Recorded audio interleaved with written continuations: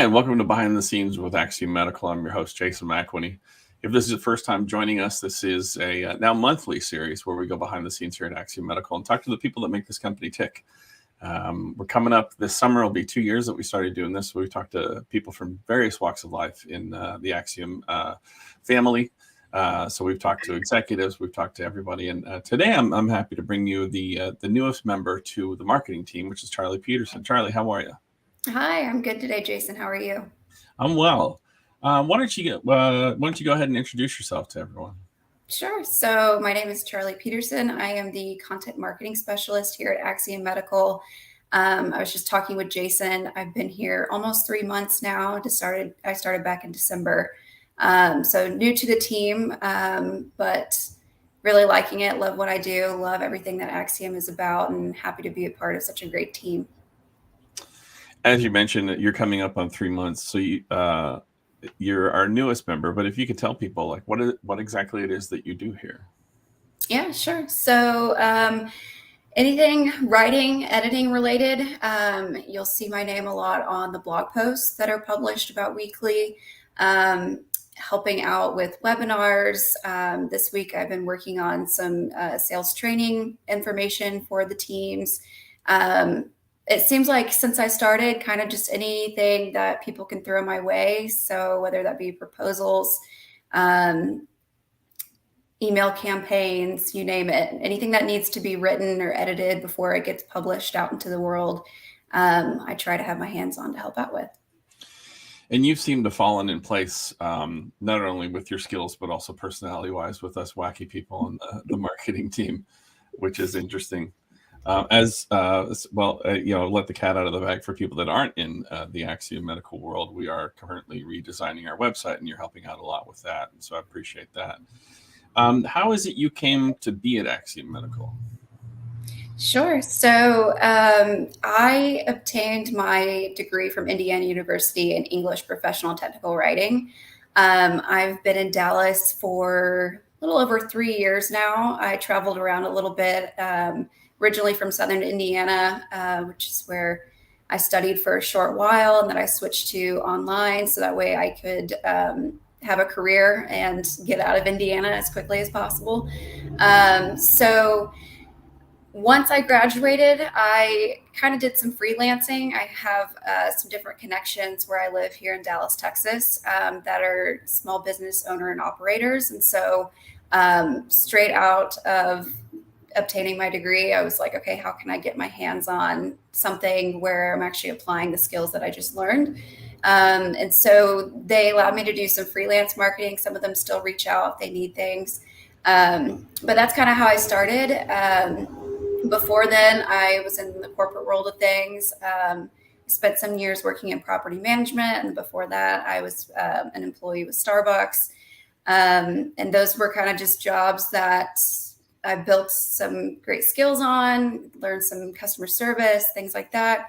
But they weren't really what I wanted to do. It just was more so a way to pay the rent. So that way I could be self-sustaining and living on my own in various parts of the country that I lived in.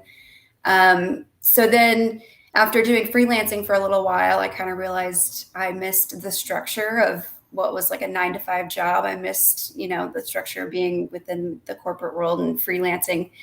Well, it provides a lot of flexibility and it's great. It's just, it doesn't fit for me, for someone who needs structure. And I know I need structure. And so, that's when I started browsing LinkedIn and applying for jobs. I was applying maybe, 5 jobs a day on LinkedIn, tweaking my resume and cover letter for every which one. And it's funny because I think about it now. Axiom was the last application that I had submitted on a Saturday. And, when you're going on LinkedIn and you're filtering through jobs, you're trying to find what's most recently published and things like that. So that way you're one of the first candidates to apply. And it was actually a Saturday. It was one of those lazy Saturdays. I was laying in bed. I think I had plans that night that I was trying to get out of. And so I was laying in bed and I was watching Notting Hill on Netflix, and I had my laptop open and was on LinkedIn, and Haynes, my boyfriend, had come home. He's like, "What are you doing? You know, you're laying in bed on a Saturday at 5 o'clock. I'm applying for jobs. That's what I've been doing every day this week.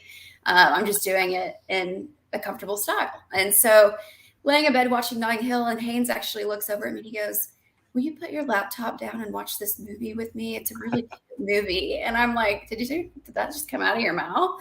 And so the last application that I submitted was for Axiom Medical for this position, and they reached out to me on that following Monday. But I just think it's funny that the story of me applying for the job and watching Notting Hill and being told to put my laptop down on a Saturday at 5 o'clock in bed. That's funny. I know when Holly mentioned she was interviewing you and saying that they offered the job to you, she was very excited, and we were excited because Holly's a great judge of character. And for those that should be aware, Holly is our content manager, but also our host of our webinars that we do. We'll be doing monthly going forward on that. She's also a registered nurse, and she's been here. It'll be 11 years next month, so she knows a thing or two. And she actually left a comment saying Charli is a rock star. She is a rock star. She is the queen of content for sure. She sure is. She's we love Holly. When she's not at work here, she's probably on a cruise, which she just got back from. She loves the cruise. Let's go to another comment, actually. Michelle left a comment saying, Charli's skills are already such an asset to the Axiom marketing team, and her sense of humor is perfectly attuned to our ridiculousness. And that's totally true. Completely true. And Michelle, I interviewed her last year, I believe. And when I first met her, I thought, well, she needs to be on the marketing team. She's just as goofy as we are, but also a rock star as well. So tell me how you came to be living in Texas. You said you've been in Dallas for 3 years. You're from Southern Indiana. I'm from Canada, and I ended up here due to work. But I'm interested to hear how you ended up in Texas.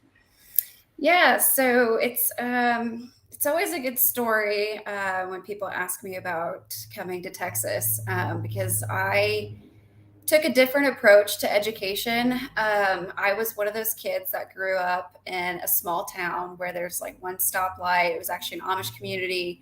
I graduated high school with 100 kids. My mom was from Southern Indiana, but my dad was from Long Island. So 2 different worlds.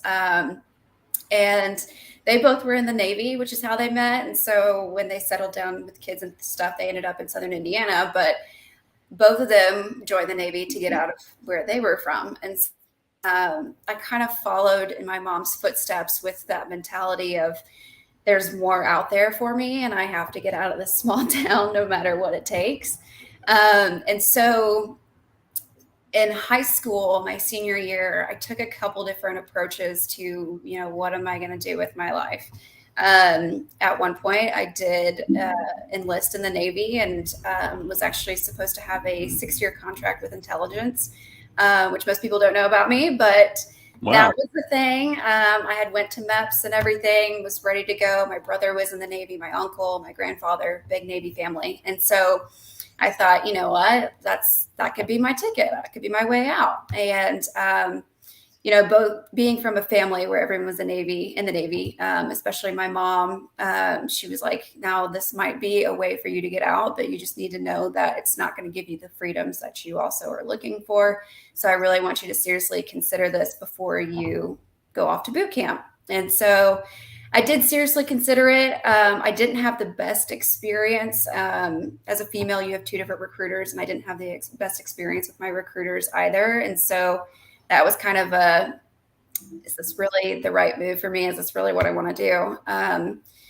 In high school, I looked at nursing. I used to do career shadowing in the morning, and I was a shadow student in the ICU, and then also a wound care specialist doctor on Fridays. And I spent spring break up in Indianapolis thinking, okay, I want to get into wound care. And he was like, don't become a nurse, become a doctor. That's the best thing that you can do.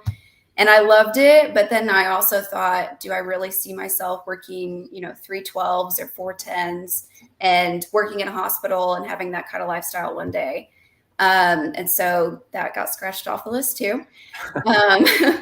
Very future thinker here. I'm always like, I can't just sit still and, I have to just think in the future, is this going to be the big plan for me? And so I was supposed to ship out in November for boot camp. And so I was kind of late to the cut as far as, registering for classes at some of the universities that I was looking at. But I had gotten a scholarship in the mail, which honestly was like the lowest thing in my mind upon graduation. I was just glad to be out of there. But it was a business scholarship. And so it actually went towards a lot of my first year at school. And so I registered at a community college and just took some general classes to start out and thought, okay, maybe I'll go the business route. And then switched over to English literature because I always loved English. And I did one semester in person, absolutely hated it. This was still in Indiana. And so that got knocked out. And then I had an opportunity to volunteer overseas and do a short business trip in South Africa. So I went there for 3 months. So I took a break from school and I took a break from working. And then I came back absolutely poor and needed a job. So I got a job working at Starbucks. And then I got, at the same time, I was waitressing on Fridays and Saturdays, and then also a substitute teacher on the days that I didn't work at Starbucks. But working at Starbucks allowed me the flexibility to be able to move. And so I had a friend that lived in West Palm Beach, Florida. So she invited me. She was like, come on down, come live with me and be my roommate. You can work at the Starbucks down here. You got the beach, the sun. It's going to be great. You can keep doing your school. So I did that. And then that lasted about 4 months. And this was the year 2019. I lived in 4 different states. My parents almost killed me. Oh, wow. So she ended up getting a job offer in Dallas, and she begged me to come with her. She was like, come to Dallas, come be my roommate here. We'll do the same thing, only a different state. And I had never been to Texas before. And so coming from a small town, Indiana, farming country, cattle, Amish, I was like, I prefer to leave the yeehaw back in Indiana. And I don't think I want to face that to Texas. And so at that point, I actually went to Long Island for the summer. And had a family friend, worked as a personal assistant, had it made. They had a boat, I barely worked. And then, fall semester came back around. And I'm like, okay, you can't be a personal assistant. This is not a career, Charli. And so when the school semester started back up, I was like, okay, time to make a move. And so I looked at, I had a friend in Nashville, Tennessee. And then I had my friend in Dallas who was still begging me to come. And Nashville was too close to home. And so Dallas it was. So I came to Dallas. She was in property management. I got into property management, started leasing apartments. The rent discount was amazing. Worked my way up in that role until I landed in a corporate position. And then, it was just kind of like, once I got my degree, I was like, okay, well, the only way I would see myself staying in property management is if I got into a marketing role. And at the time, it just wasn't a fit with that organization. And so I started doing some freelancing and thought, you know what, this could be my thing. I could just freelance and do marketing and content creation, and was managing social media and stuff for various companies. And then I was like, you know what, I miss the structure. So here I am. There you are. A few things there. Like I had freelanced sometime in the past, and I do like the structure of working for a company and having set hours on a daily basis, because I would find that I would justify like, well, I should probably, work from this bar or maybe work from this coffee shop, and then not really do it. Mm-hmm. And talking about the service industry and working at Starbucks, I think everyone should have to work in the service industry at some point in their life. It really gives you a perspective on customer service and just how good and bad people can be. I 100% agree. Yes. And when I moved here, I was someone's personal assistant, so I understand that world completely. He was crazy, extremely rich. He had a fleet of Ferraris and Lamborghinis, and just bizarrely rich. It was crazy. But let's go to another comment. Holly says, "Intelligence, huh? Might that include spy balloons?" So would have been interesting. So for us, for me and other people, maybe, what is MEPS? MEPS is where, I don't remember what the actual acronym stands for, medical something, I'm sure. If Dr. Cherry ever watches this, he's probably kind of like, what the heck? She doesn't even know. But it's, I had to go up to Indianapolis. It's where everybody goes up before boot camp. And part of it is like a medical examination. my mom told me like horror stories about it, where you're doing the duck walk and all these things. And there's just a bunch of nurses and doctors standing around observing you. But they take some different tests on you. They test your eyesight. So like I found out for the first time that I had 20/20 vision in my right eye, but my left eye was just shot, and really bad depth perception. So they were like, she for sure is not going to be a pilot. And so they just do a thorough examination on you. And part of that is to see, what ranks you could actually fall into. There's certain things where physically you have to be able to be at a certain level. I obviously could not be a Navy SEAL. So yeah, it was just for lack of a better word, an examination, a thorough examination of you just to qualify you, I guess. Okay. That sounds interesting. So we talked about your history, school and how you came to be in Texas. What are some things you do outside of work? Do you have any hobbies, any things that you like to do on the weekends, or any trips coming up? We do have some trips coming up. So Haynes, my boyfriend, loves to travel, and so do I, which is one thing we like to enjoy doing together. And so usually it's weekend trips, but sometimes we get to do these fun different things. And so he has a big birthday coming up this summer, and so do some of his friends. So we're doing a big trip to the Grand Cayman Islands. We've got a ski trip coming up next month, Park Cities, Utah. I think this year will kind of be a little bit easier going on travel because he's in the process of building a lake house at the moment. But we do a lot of traveling, and we do a lot of socializing here in Dallas. He's got a pretty big friend group, which is nice. So Sundays, usually we do cookouts. He calls them cookouts, but it's really just me cooking in the kitchen for about 10 to 20 people. And I usually don't find out until like Saturday night or Sunday morning after church. He'll be like, by the way, we're going to have some people over. And so football season, that was a big one. I probably should have shared more in the chats, but like every Sunday I was cooking. He likes to do themed ones. So like someday I'll do Greek food. I did Asian once, and I made like homemade egg rolls and crab rangoons and stuff like that, and fried rice. And so sometimes I keep it themed. Sometimes, with football season, it's easy to just do sliders and dips and stuff like that.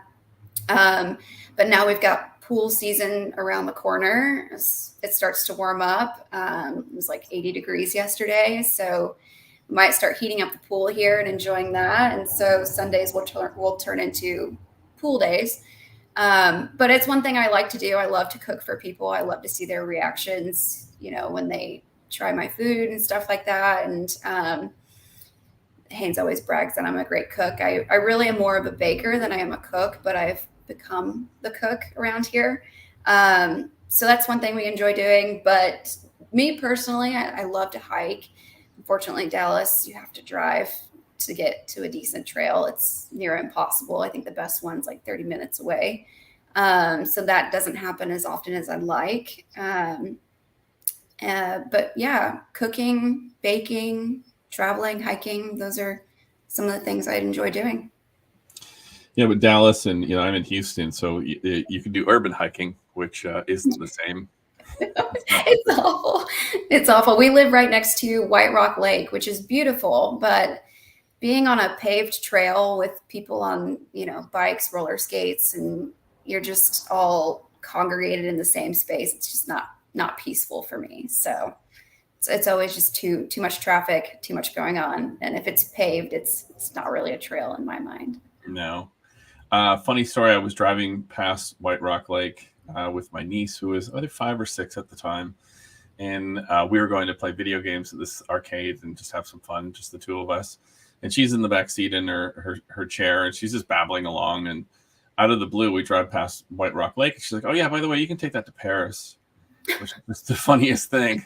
But for people that aren't aware, White Rock Lake, there's only one natural lake in Texas, and all the other ones are constructed, and White Rock Lake is one of the constructed ones. So it was just adorable for her to think that you could take that to Paris. Take it all the way there. Paris, Texas, maybe. Yeah, maybe Paris, Texas. What are some of the things you like to bake and cook? What's your favorite stuff? So baking, my family had a small restaurant back home on Main Street in Mitchell. And I was very fortunate enough to be raised. I was with my great grandmother up until I think the sixth grade. And then I had my great grandparents on my mom's side, both sets through middle school and part of high school as well. And so was fortunate enough to have them around, but they were all great bakers, cooks. They taught me how to sew. They taught me how to crochet. I got a hope chest also, which I don't know how many people know what hope chests are anymore, but it's a collection of all these things that you're saving one day to be married. It's an older thing, but pretty cool. I got to collect a lot of things. And unfortunately, when they passed away, there was the clean outs and all the family gets together, but I have some prized pieces that I got from them. And one of those is I got my great grandfather's KitchenAid mixer. He was actually an excellent pie maker and won some different contests and stuff like that. And so my grandmother a few years ago gifted all of us granddaughters with a custom cookbook, and it's all the collected recipes from her side of the family. Oh, wow. And so now that I have his KitchenAid mixer, which I think it's from like the 80s, but it still works perfectly. That's my favorite thing to do is to make pies and use his recipes because it makes me think of him whenever I get to use it. And so pies are my favorite, especially for like holiday pies. I like to decorate them. And so, I'll use the pie crust to cut out. Like every Thanksgiving, I make a pumpkin pie and I cut out the crust to make it look like a turkey on top and bake it. And then Haynes requests pies for his birthday every year. So blueberry pie and coconut cream are his two favorites. And so lots of pies. I have made a few birthday cakes, which I don't like to do. And the last time I made one, I had to travel to the restaurant with it. And it was not very pretty. The chef came out of the restaurant and was like nice enough to take it back and kind of fix it a little bit because it got a little, it's Texas. It got a little hot and slidey in the back seat of the car, even when I had it packed in a cooler. So everything sweats here. Everything. But those are kind of my favorites. I cook almost 4 or 5 nights a week. And so usually during the week, I try to cook easy things. Sometimes I'll get a little adventurous and try new recipes and stuff like that. But pasta, Haynes and his friends love when I make Greek, and I just do Greek gyros with rice and a Greek salad and keep it pretty simple, but it's always light and refreshing. I know on like the first Wellness Wednesday, I talked about, I got called on. And so my brain, they were like talking about, anxieties and stress and things like that. And I'm like, well, I feel like an idiot because my biggest stressor right now is I have this mystery meat that I somehow have to cook tonight. And I don't even know what kind of game it is. And so every once in a while it's, random stuff like that, but it's always fun. It always comes out good. I don't think I've ever made anything where I'm like, this is trash, I'm throwing it away. That's great.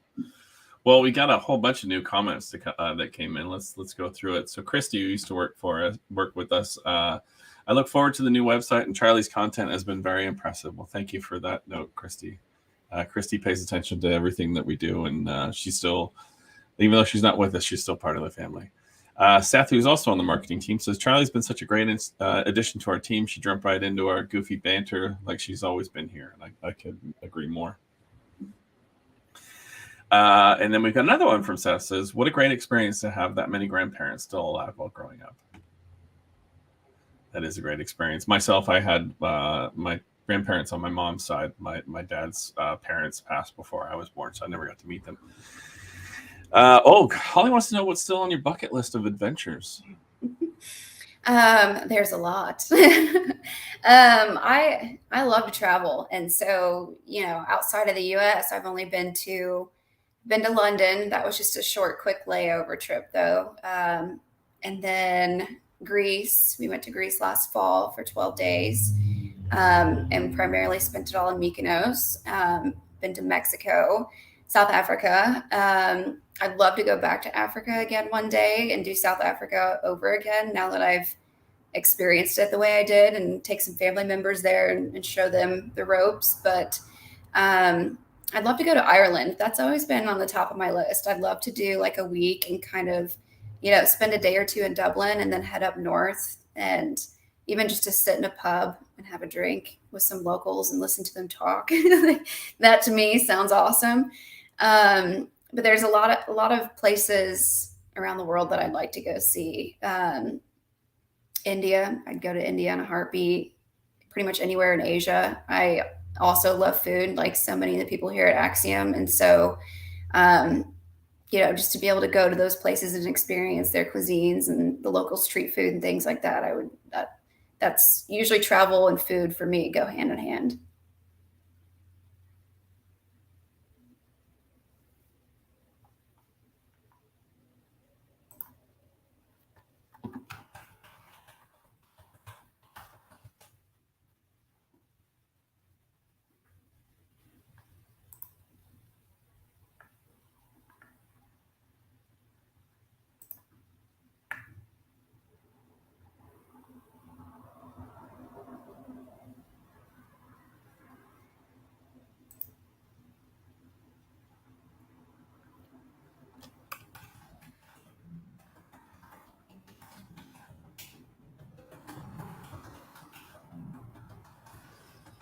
I was on mute that entire time. Okay, I was like, is this on my end? Wow, that's embarrassing. So I don't know if we talked about, Seth said what a great experience to have that many grandparents still alive while growing up. We had the bucket list one. And then we had Sarah that said, love that intergenerational influences. And then Dara said that she loves that when you were talking about recipes. So apologies. I was just blabbering on there thinking that I was on there. It's the second one we've done this year, and took December off. So I'm a little rusty. It happens. Any plan? So we're coming up to the end here. Any words of wisdom that you'd like to share with people? Any parting thoughts? Well, so many people now on the team have commented on, the humor element in our chats and stuff like that. And, being able to come in and fit into that. And I think coming from companies where during the pandemic and there was, this struggle to kind of promote that employee culture and workplace culture, it's amazing to come into Axiom, and it's so prevalent that like workplace culture is such an important thing, but it's just so natural and easygoing with everybody on the team and within the company. It was easy to come in and feel right at home and fit in. And to that point, I think, humor is one of the best things possible. I always tell Haynes all the time, he's like, you laugh at everything all the time. You make yourself laugh more than anyone I know. And I'm like, well, I just think I'm hilarious. And that's not to be cocky or anything, but I think it's just important to find humor in many things. And that's one of the things I love about our group chats and stuff like that, is just because, we stay connected and we can all have busy work days and stuff like that, but then we'll slide something funny into the chat or something relatable or personable. And even though we're all completely spread out, we continue to relate to one another and keep it lighthearted and have fun at work, even though we're remote. And so to everybody's comment about, sliding it right into the role and the humor, the banter and things like that, I just think that's an important part of, having coworkers. And people always say, you're with your coworkers and people at work more than most people in your entire life. And I think that's completely true. And that's one of the things that I love about the marketing team. Yeah, and it's natural that sometimes, people are going to have differences of opinions on stuff. But I think for the most part, 99.999% of the time, we all get along swimmingly. And when you joined the team, you kind of fell right in. And I can't speak for other teams here at Axiom Medical, but I know that for marketing, our love language is animated GIFs and memes. So generally, when someone starts, I think one of the big signs of like this person's going to fit is not only that they share animated GIFs or memes, but that, they make sense. So you definitely fell in there. Well, thanks everybody for joining us. This has been Charli Pedersen, our content marketing and SEO specialist, who just joined us in December. And I appreciate everyone joining, and we'll see you.